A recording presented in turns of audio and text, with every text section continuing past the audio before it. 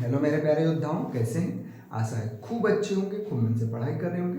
आज हम आपके बीच जो चर्चा करने वाले हैं, बिहार में कृषि एवं पशुपालन, इस पे हम क्या करें, इसको जानने से पहले, और मुझे लगता है पांचवा या छठा बिहार स्पेशल करके जाता होगा, तो मुझे विश्वास है कि आप लोग बहुत ही बेहतर करेंगे। और इस कड़ी में आपको हम लगभग 50 से 60 क्वेश्चन को मतलब करेंगे, तो 28 ही जो पिछले साल में पूछे गए क्वेश्चन हैं, लेकिन आपको 50 से ज़्यादा क्वेश्चन की सहभागिता इसमें हो जाएगी।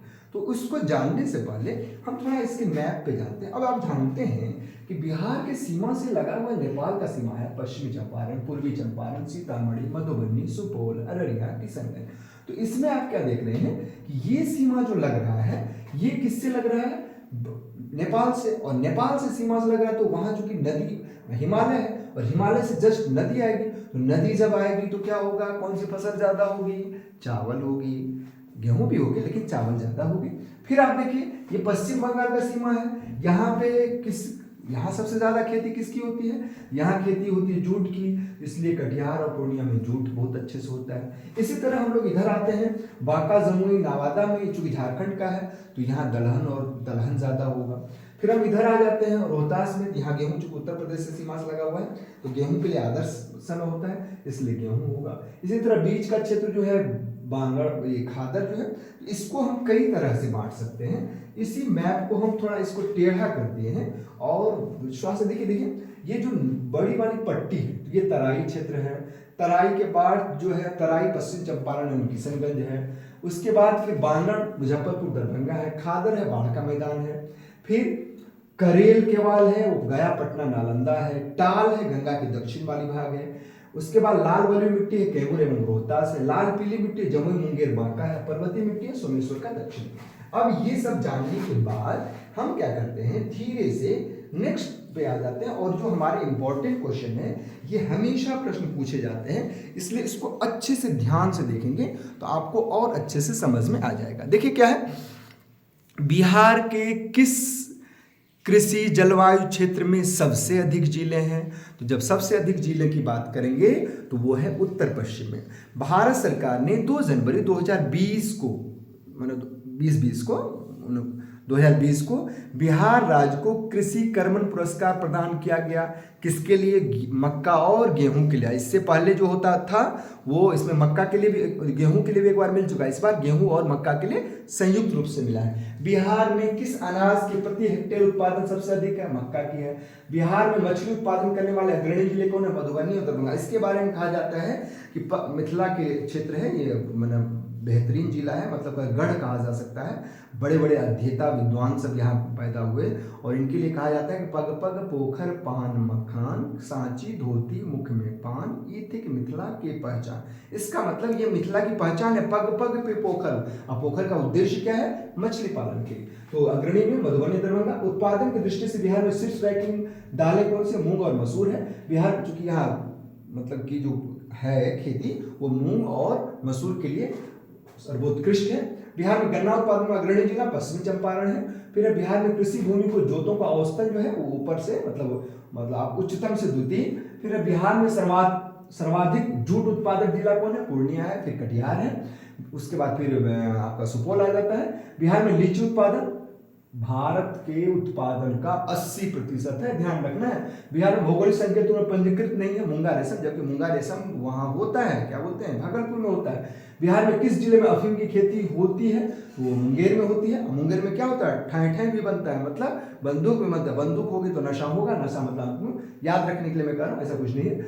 उसके बाद है बिहार के मुख्य खाद्यान्न फसल चावल, गेहूं और मक्का। बिहार राज्य के मुख्य नगदी फसल कौन है? गन्ना। ये पहले हुआ करता है, अब तो मक्का हो गया है।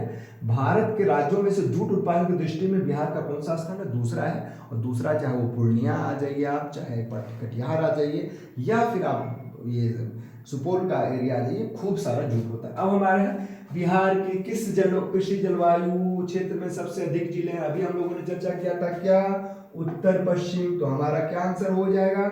उत्तर पश्चिम। फिर है बिहार में, भारत सरकार ने 2 जनवरी 2020 को बिहार राज्य को कृषि कर्मण पुरस्कार प्रदान किया। यह पुरस्कार किस लिए दिया गया? तो मक्का और गेहूं के लिए दिया गया।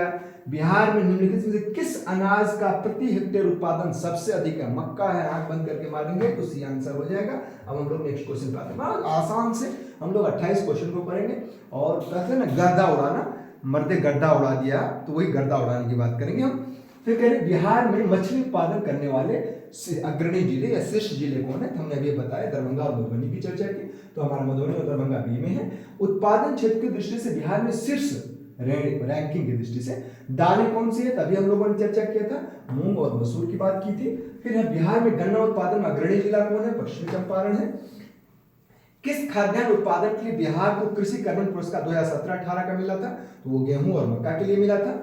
तो इसमें गेहूं है, मक्का है, तो आप गेहूं का लीजिए क्योंकि गेहूं पहला है, उसके बाद मक्का है, गेहूं मक्का। फिर है भारत के राज्यों में जूट उत्पादन की दृष्टि से बिहार का कौन सा स्थान है? बिहार का स्थान दूसरा है और पहला स्थान पश्चिम बंगाल का है, तो हमारा दूसरा स्थान कौन सा है? ये आंसर हो गया हमारा। फिर बिहार में कृषि भूमि का जोतों का औसतन दूसरे राज्यों की तुलना में तो या क्या उच्चतम से दूसरी नंबर पे है।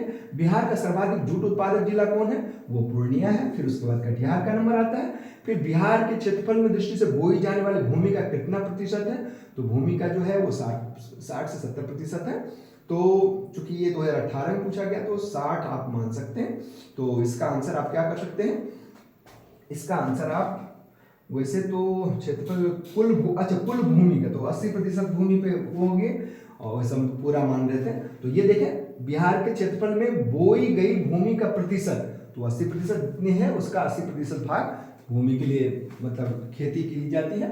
अब है नेक्स्ट क्वेश्चन है कि अब देखिए कृषि जलवायु क्षेत्र है, 4 क्षेत्र दिया हुआ और कितना प्रतिशत है? ये तब की बात है जब बिहार और झारखंड संयुक्त हुआ करता था। देखिए उत्तर तथा उत्तर पूर्वी बिहार का मैदान तो ये लगभग ये सही है। दक्षिण बिहार का मैदान 23%, ये भी सही है। छोटा नागपुर का पठार ये 26%, ये भी सही है। छोटा नागपुर की पहाड़ियां 20.5, ये से तो मतलब एक का ए दो का बी। तो ये कौन सा क्वेश्चन में देख रहे हैं भाई? ये बी वाला आंसर सही है। बिहार की कुल श्रम शक्ति में कृषि श्रमिकों का उत्पादन कितना है? तो वो लगभग 48% है।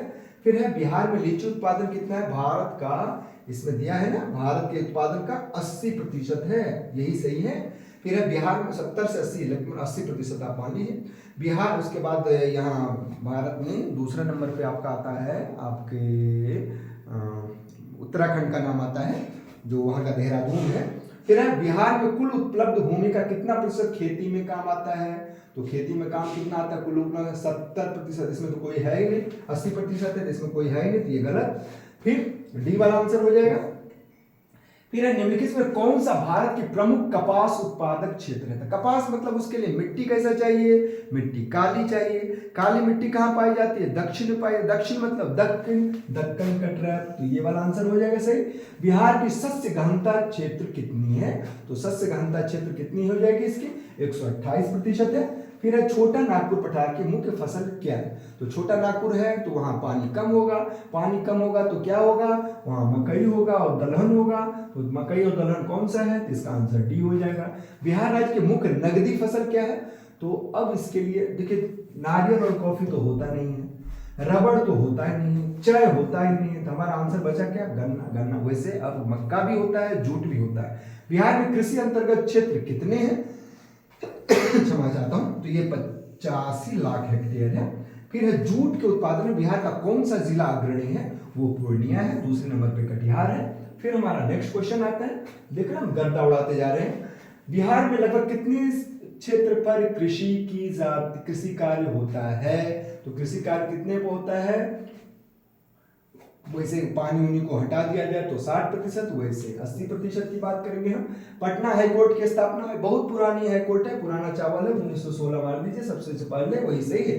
निम्नलिखित में कौन सी वस्तु बिहार के भौगोलिक संकेत के रूप में पहले? देखिए जर्दालू आम बिहार में पाया जाता है, ये बिहार के लिए भौगोलिक संकेत का है। कतरनी धान बिहार में ही पाया जाता है। मगही पान बिहार में ही पाया जाता है। मूंगा रेशम ये भी भागलपुर में होता है, ध्यान रखें आप। मूंगा रेशम भागलपुर में होता है, तस्सर और मूंगा रेशम, लेकिन ये इसके लिए प्रसिद्ध नहीं है, मतलब इसे पंजीकृत नहीं, इसलिए ये आंसर होगा बी वाला आंसर हमारा होगा।